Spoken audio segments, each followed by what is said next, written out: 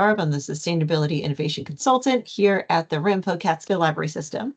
Thank you for joining us this afternoon to learn more about the Tempestry project.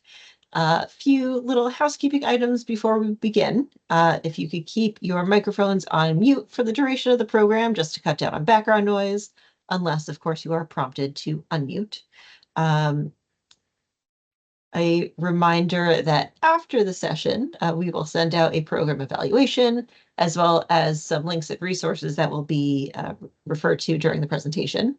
And last but not least, this session is not for continuing education, unfortunately.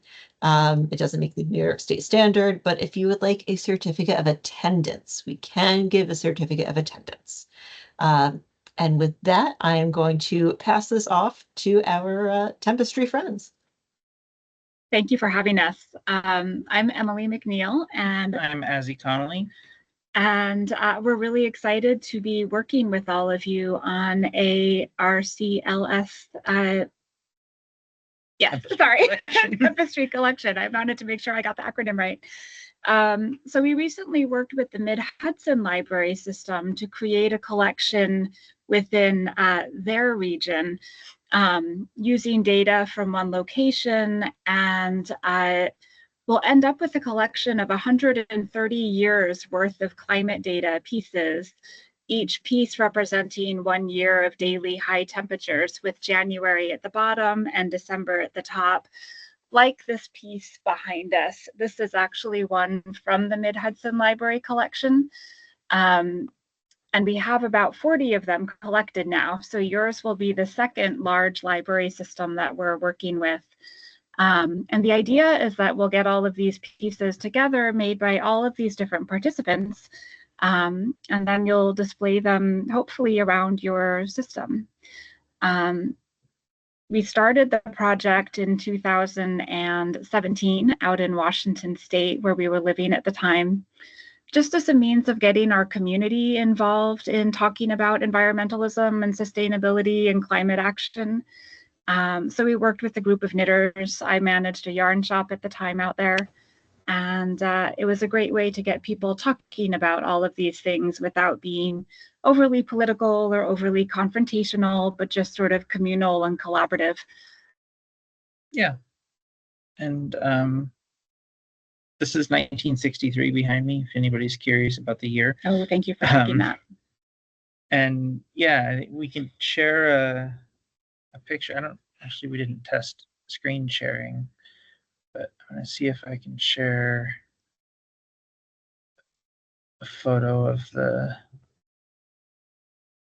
this is what the Mid-Hudson Library Systems collection looks like so far. This is about a third of their total collection that's been handed in so far. This was up at the New York State Sheep and Wool Festival up in Rhinebeck. 2 weeks ago? Yeah, 2 weeks ago. Almost 3 weeks ago now. And so this collection in the photo ranges from 1896 on the left to 2024 on the right. And like we said, each piece is a year. There's, I think, 37 pieces in this photo, so it's a pretty good showing. It's one of our larger collections so far. But these library collections are going to be the biggest ones we've done, which is pretty cool. And the data, the best data that we found for your library system comes from Liberty. And I think they have pretty consistent data going back to 1900. So ultimately, we could end up, or you could end up doing 125 years worth of these as well.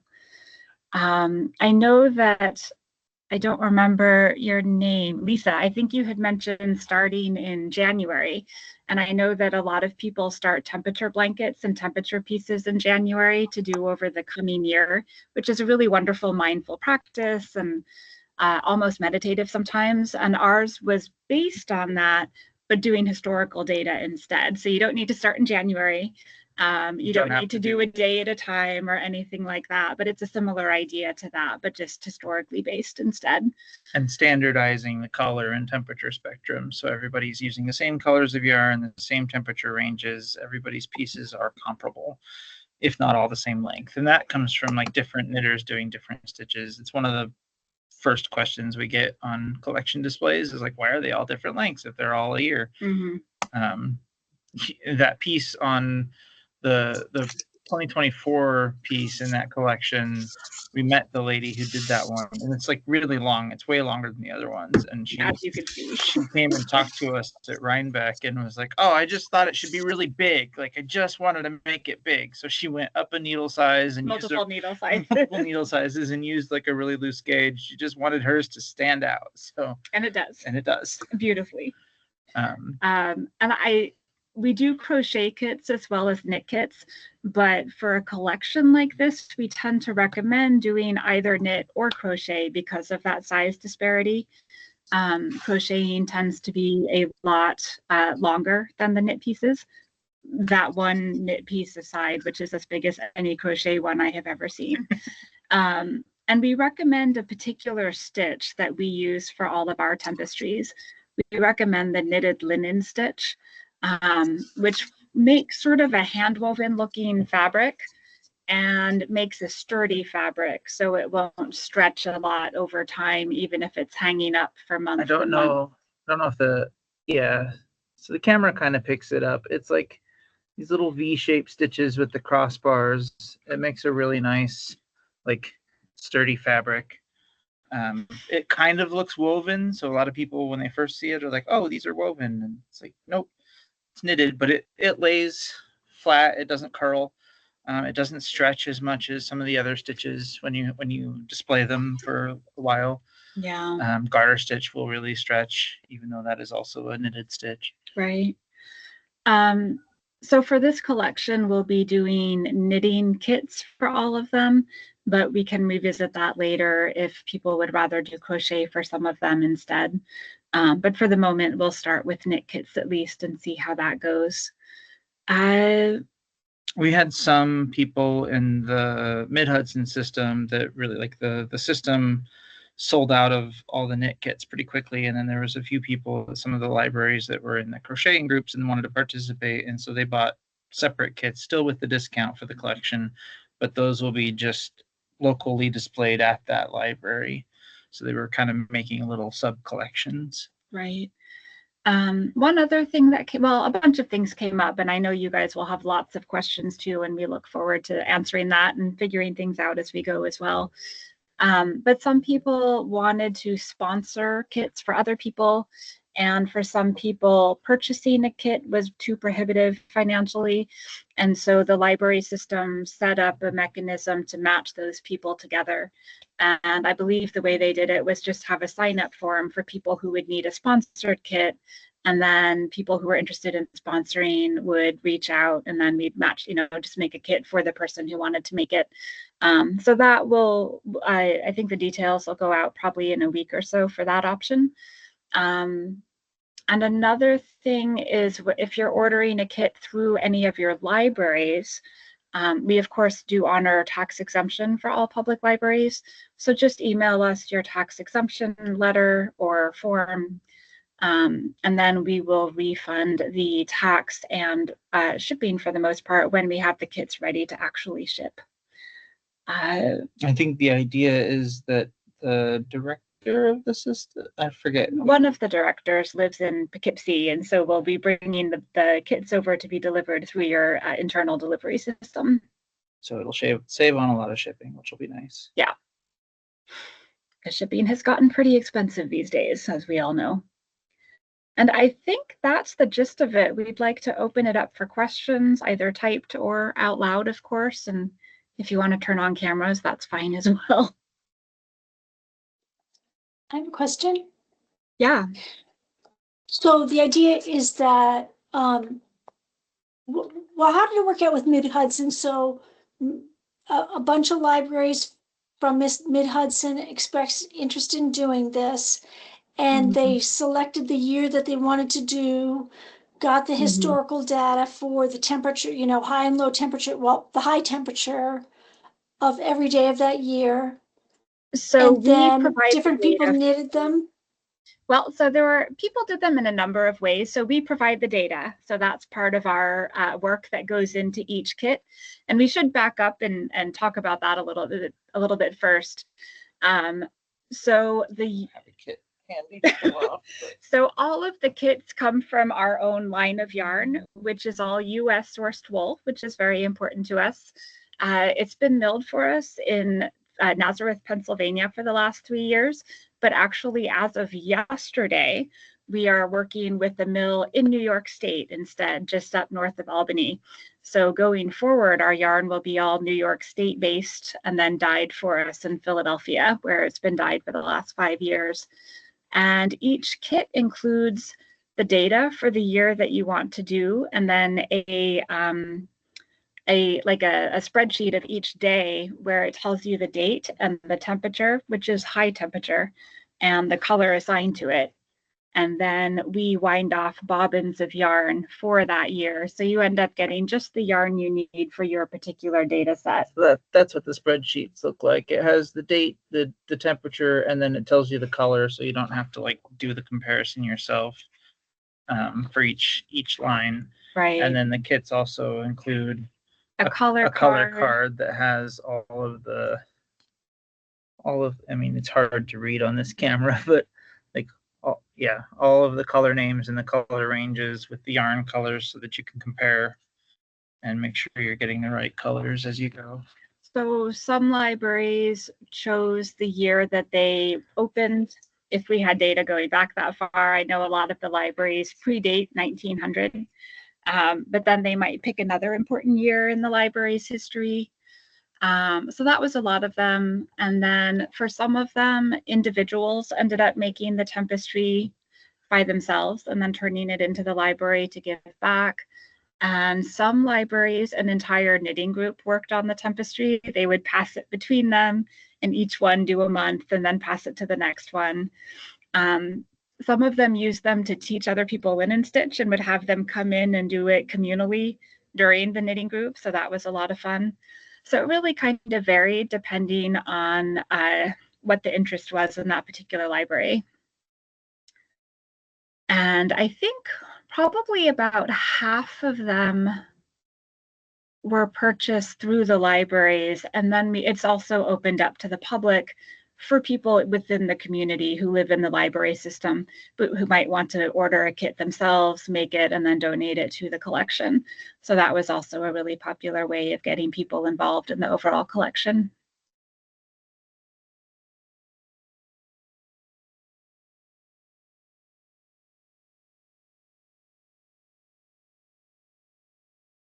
Is there any other questions or comments? So I actually have another question. It was more directed at Joanna. Joanna, I know you convened this meeting and it helped coordinate happening. Did you have an idea for RCLS, like as a consortium to do this, and what was your thinking behind that? Or was this just meant to introduce libraries to the idea of the Tempestry so they could take it on, sort of internally? So the idea is for this to be an exhibit that RCLS libraries could borrow. So I have not figured out the mechanism for how libraries will request it yet. I'm hoping to get some insight from Mid-Hudson since they're kind of towards the tail end of theirs. But that is the intent, that this would be a travel exhibit for our libraries. And based on demand, we might open up to other organizations, but definitely libraries first. We would hopefully have this ready by 2027, just to give everyone time to get their knitting done. So that is the goal. And did you have an idea of like which years, or that's all to be fleshed out?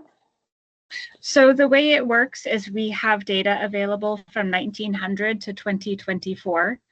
And so you can pick whatever year amongst those that you would like your library to work on, or multiple years. Some libraries ended up doing 2 or 3 or 4 years that represented different years that were important in their history. And it was And then kind they of all a, come together to be exhibited together. Right, it was right, kind got of it, got it. first come, first serve smorgasbord as far as like the library selecting the years. And there's Right. definitely a few where it Yeah. was like, I picked the closest year that I could get to the year I wanted and that kind of thing. But Right. But yeah, all the years are available. And then we put together the kits once they've been chosen by someone to make. Right, so within this group, for instance, Valley Cottage might want a certain number of certain specific years, and so Mhm. might Finkelstein, and so might Warwick, and that's all fine, and we just kind of work together to divvy up the years that collectively we're interested in, and then work with our knitter and stitchers group, if we have them, to get the ball rolling on the particular years that That you've each chosen. library is going to take responsibility for. Correct. I'm getting it And- right? Yep. I have the order form up. So what I'm going to do is share my screen because I feel like that's gonna help. Okay, so this is the Tempestry website. And actually, let me just put this link in the chat as well.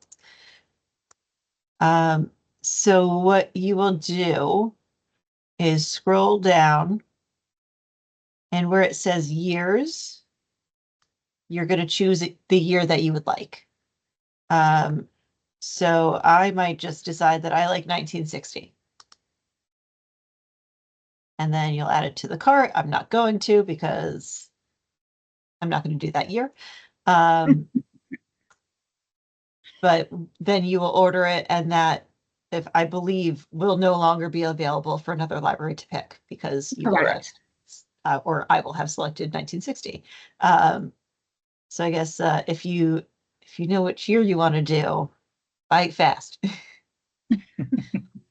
It was funny. I think when we met with the directors at MHLS, we sold, I think a dozen or so years got chosen that first day. And then there was an article in the Chronogram 2 weeks later, I think it was, a little while later. And all of a sudden, of course, it went a little crazy at that point. And then we kept getting emails from someone about, like, as he was saying, I wanted this year, but I couldn't get it. So I guess I'll do this other year. But right now, they're all available. So I say, if there's a particular year that your library would be interested, get in early on it. Otherwise, you might need to take the next best one. And what I will do, because you are all here, is I won't send the link out to purchase kits until, let's say, the end of the week. Probably Thursday or Friday. I'll hold off on sending that out so that everyone here has a chance to buy the years you want first, since you attended this live session. It's more than fair. So at the moment, we're working on a collection for Madison Square Park down in the city. So that'll be on our work table this week and then the weekend. But then after that, we're ready to jump into these. So I have a silly question. How do you pronounce Ramapo? Ramapo? Ramapo. Ramapo. Okay.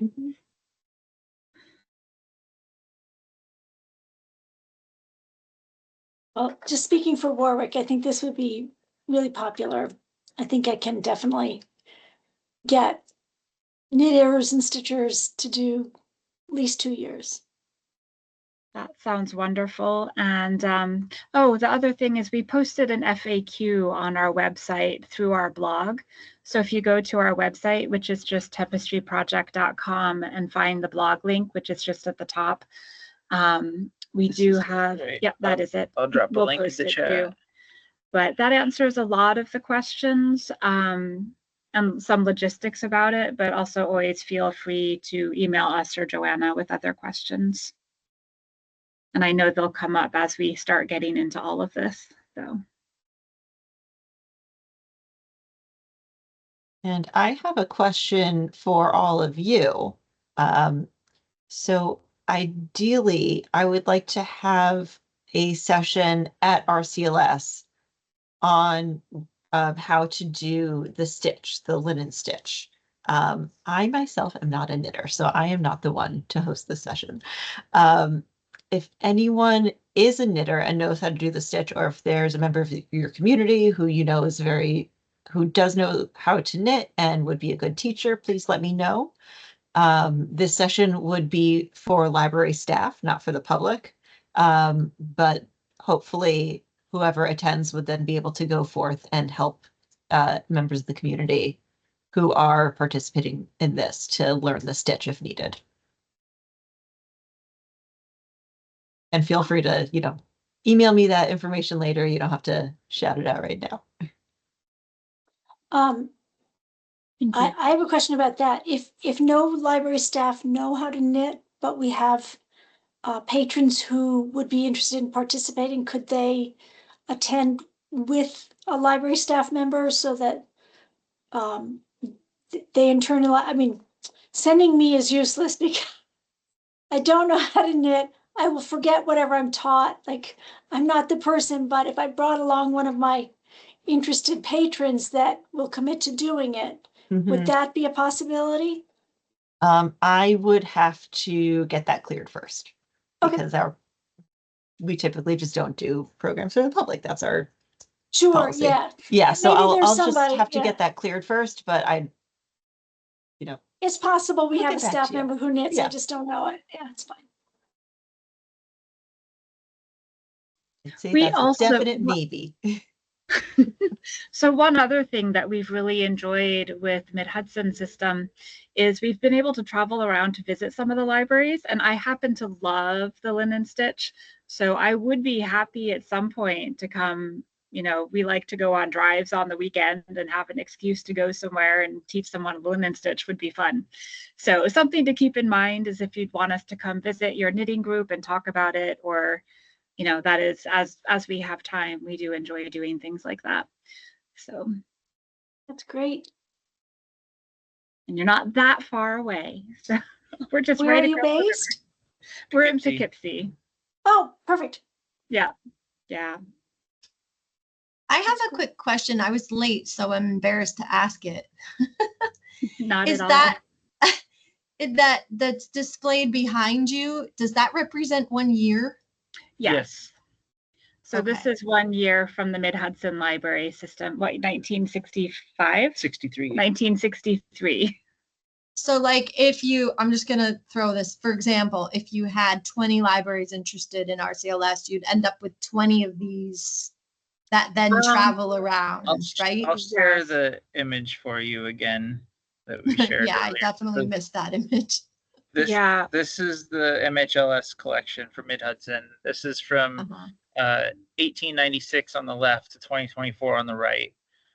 And pretty well interspersed along that timeline. Yeah, there's at least one piece in each decade. And the temperature data just comes from New York State, or how local? All of this data for their collection was from the Mohonk Preserve, which is like the best weather station in the Hudson Valley. All of your data will come from a weather station in Liberty. With possibly us. That's where I'm from. Oh, so nice. you are. Geez, now I gotta do it. You're ground zero for And this. we have to tell the weather station that we're using their data. Oh my God. And so we'll process the data on our end, and then that's included with each kit for each year. So all you would have to do is pick the year you want to knit, and then we'll put together yarn and data for that particular year. So what does the color red mean? That it was very, very hot and Yes. blue is cool? It is, yeah. So it's our coldest colors are black is for -30 and colder. And then it goes into dark purples, and then into blues, and then greens, and then yellow, orange, I'll do a red. slow pan here. If you So can there's see it. the darker reds there at the top. And you can see the temperature ranges, and then we go down to the yellows, greens, lighter blues, and then into the purple, and then finally black at the bottom. So Lisa, are you thinking that your knitters group would do this? Like they were talking about passing it around, or you not even? I'm like trying to figure out It's how. just that we have two active groups that come, one on Wednesday nights and one on Thursdays. And I think that one or more people in both those groups might be really interested in this and be wanting to do it sort of on behalf of the library. I certainly, So can't maybe compel would you them. like buy the yarn and then just let them do that at home? I mean, that's what I'm like trying Yes, to I mean, logistically wrap my brain around this. So a lot of people it's do it the that way. Tempestry project. These folks would provide the kit. So Mhm. you specify, okay, Liberty wants to do 1973 for whatever reason, whatever years you pick. And then these folks from the Tempestry project will create the full kit, including the temperatures that you experienced in 1973 based on the Liberty Station. They will provide all the yarn and the color coding of the yarn, so you can figure out which color, and you get the whole kit from these folks. And either, if you're a knitter, you could do it, or if you've got a friend who's a knitter, they could do it, or if you've got a knitting group in your library We have and a they knitting want to take it group. on, Yeah. We have a knitting if they're group. interested. I'm just, yeah. So maybe, So- but you have had it where people share it. I'm just, We have. I would say the majority of people, one person does the whole thing and then turns it in. And we've had so much public interest in the Mid-Hudson collection, or for the Mid-Hudson collection, that a lot of individuals around the region ended up just buying their own kits as well to donate their finished pieces to the collection. And I think there's just something really compelling for people to have their work included in something like this that then travels around and gets seen by lots of people. So we've been surprised over the years. That's been true with almost all of the collections we've worked on, that often it will start with sort of an organized core group like you guys here, where the library might buy a year or two, and then after a couple of weeks it gets opened up to the public to then fill in the remaining years that are left. how do you tag the year, and how is the thing mounted for the display? So we use knitting needles just threaded through the top of each individual Tempestry. We joke about how our first collection, it was all my grandmother's knitting needles that were used for display, but we, almost everyone has extras who knits, and so they will donate their old ones. People buy them at thrift stores and then use them and collect them that way to display them with. And then each kit also comes with a data card that just gives see if it'll focus. Okay. The year, the weather Yes, I station, can the see. highest high temperature, highest cold temperature for the year, and those just get tied on to the piece, Uh-huh. and that's how it all kind of. And then you can just fold them, and they'll hold their shape pretty well. And is it pretty easy to read the pattern? Like it just says like 4 rows, whatever, magenta red, or 6 rows. Yeah, usually it's row by row. Temperature just is so fluctuating all the time, but it will say January 1st was this temperature and you will knit in this color, and then I'm realizing January that's 2nd. displaying backwards, but it gives you the date and the temperature and which color to use for each row as you go. Okay, so each row is a different date. Yes, Yep. so it's 1 row per day. January One at row the per bottom day, and so- December at the top. Yeah. And we are wedded on knitting, not crocheting. That was a question that came up earlier as well. So we do recommend either all knit or all crochet for any given collection, just so that they're generally the same size. Although you can see from that picture that even within that, people take liberties and they're not all the same size. Okay. Crocheting, we have had people crochet collections before, and we also have had people, like, we'll do a collection in knit, so they're relatively the same size, and then some libraries wanted to have a couple to keep for themselves to represent the years for their library, and then those they did crochet versions. Crochet tapestries tend to stretch a lot, and so it's a little harder to display them over a couple months or so, because as they hang, they just stretch to the ground, whereas the knitted linen stitch is sturdier and doesn't stretch nearly as much. We've seen So- crochet pieces that are like 10 feet long. Yeah, they tend to grow. They get out of hand pretty quick. Again, we had one museum run fishing wire through them to keep them in place so they wouldn't stretch down to the ground. But that said, people do crochet them as well. So if there is more of an interest in crocheting, We just did a collection with Colgate University, and they had started out wanting to do all knit kits, and then they decided to do a couple of crochet, and then it turned out that all of the students had taken a crocheting class last year, and so they ended up switching completely to crochet instead. So we can definitely revisit that as you guys sort of figure out what the people in your libraries want to do and what their comfort level is with both options. Crochet is slightly more expensive because it uses a lot more yarn. 60% more yarn. Yeah. So the kits are just a lot more.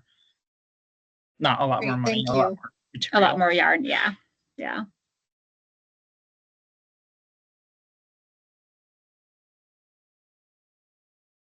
What is this? I make accidental knots. In your knitting or?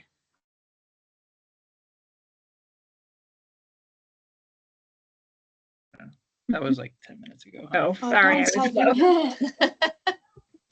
I have a question. Yeah. Can you hear me okay? Yes. Yeah.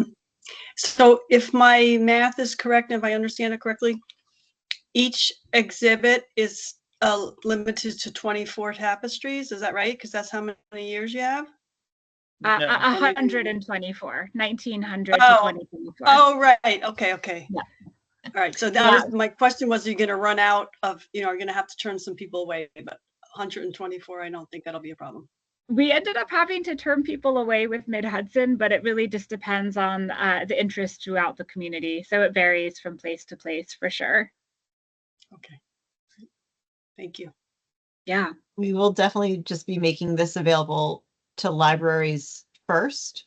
Mhm. And then depending on how many kits are sold and how quickly, then we'll invite the public to purchase kits to And donate to the what- collection. But libraries get the first pick. Absolutely. And then one neat thing that we discovered and Mid-Hudson discovered was that even when the public was starting to buy them, we still had them delivered through the system to their library. And so it still got them to come in to the library and interact. And then they would still turn their pieces in at the end to the library to be sent back to the central office. So it was still connected through the library network, which is pretty neat.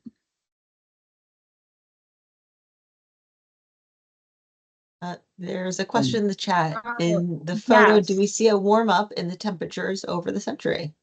So Yeah, let one- me share it one more time and we can talk a little bit about it. So one thing you noticed, so the really long one on the end is 2024. That's the one we were talking about. That was just, she went up a couple needle sizes and made this huge thing. And it's interesting because the second and third Tempestries on the opposite end clearly were warmer than other older years.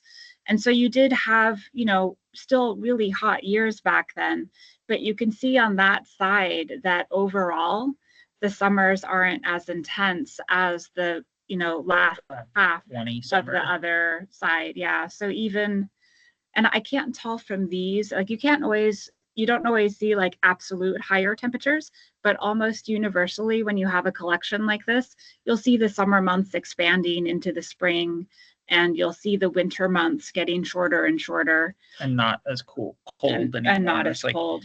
I mean, if you think about how much time people are able to spend like out on the lakes ice skating or fishing or something during the winter now versus 100 years ago or 50 years ago, like the dynamics have just changed drastically. Right. And you do start to see that when you're looking closely.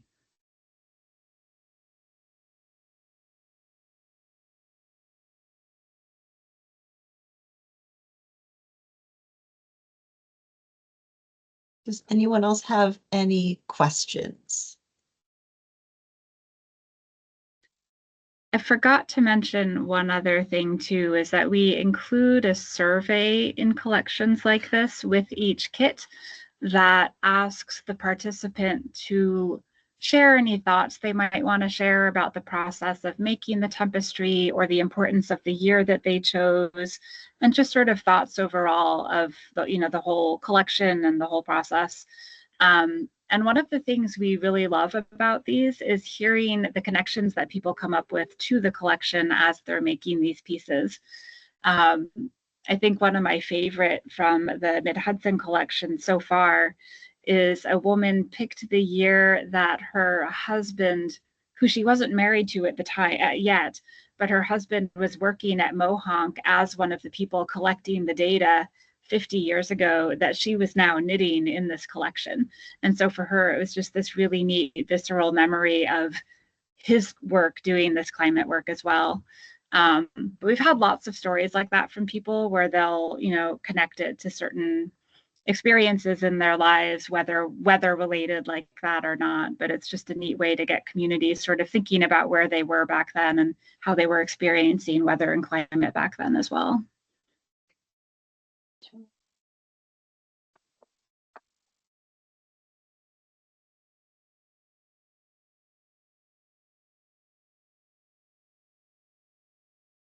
Any last questions? All right, so just a quick recap of the timeline. So the order form is open. If anyone would like to order Tempestry kits, all of you will have full access to the order form until the end of this week, and then I will send it out to all of our RCLS. So if there's a year that you really want, get it sooner rather than later.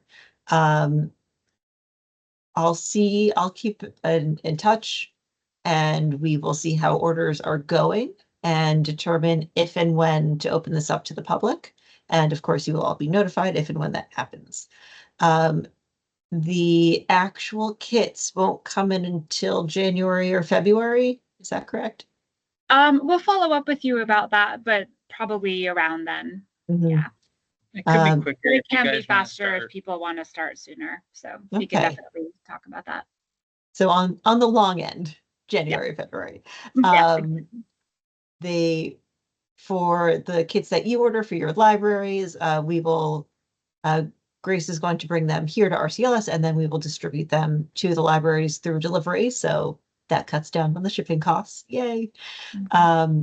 And I will hopefully be able to have a session at RCLS on how to do this stitch. And I will get back to everyone about having a representative from your knitting group come if you don't have a staff member who knows how to knit. Did I miss anything on that timeline? I don't think so. I think that Okay. all sounds good. All right. With that, I don't see any more questions in the chat. Any last calls? All right. Well, thank you all for joining. I will send a follow-up email probably tomorrow with that order link again, the FAQ, a program evaluation. And if you have any questions, feel free to reach out. Thank you. We look forward to working with you. Thank you, Thank you very everybody. much. Thanks, Appreciate it. everyone.